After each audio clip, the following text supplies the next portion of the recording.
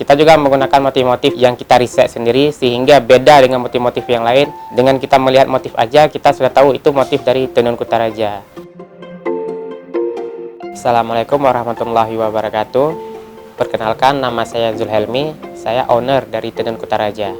Berawal dari Bank Indonesia Provinsi Aceh melihat pengrajin tenun di Aceh yang sudah mulai berkurang dan tidak adanya regenerasi, mereka takut kerajinan ini akan hilang. Maka dari situ Bank Indonesia Provinsi Aceh mengajak saya untuk melestarikan kembali tenun Aceh, sehingga Tenun Kutaraja ini dibentuk oleh Bank Indonesia Provinsi Aceh di tahun 2023.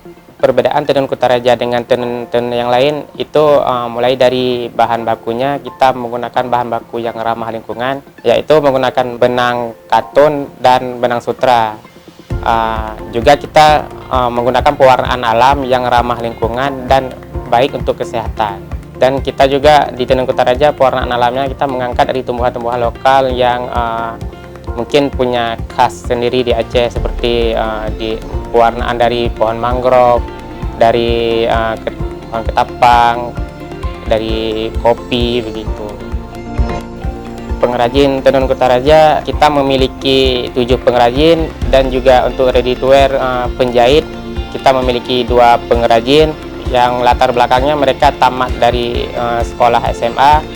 Jadi di sini kita mengajarkan mereka menenun sehingga mereka punya pendapatan yang lebih. Dan kita di Tenun Kutaraja ini juga kita sudah mengusung konsep sustainability. Hasil kain-kain yang perca-perca yang sudah kita jadikan ready to wear itu kedepannya kita akan membuat menjadi souvenir, menjadi aksesoris, sehingga memiliki nilai jual lebih dan tidak memiliki limbah.